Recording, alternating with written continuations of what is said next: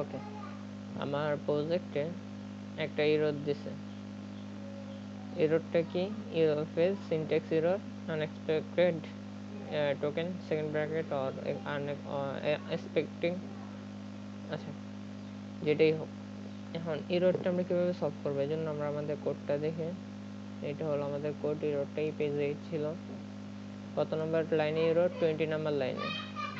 তো 20 নম্বর লাইনটা যদি আমি দেখি, এই যে এই জায়গায় এই কি মিসিং আছে, এখানে মিসিং আছে আমার একটা clone.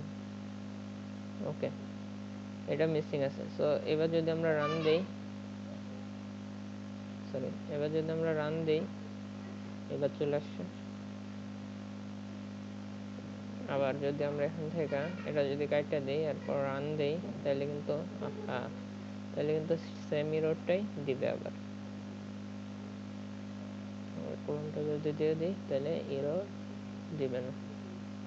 Okay, that's it, bye bye.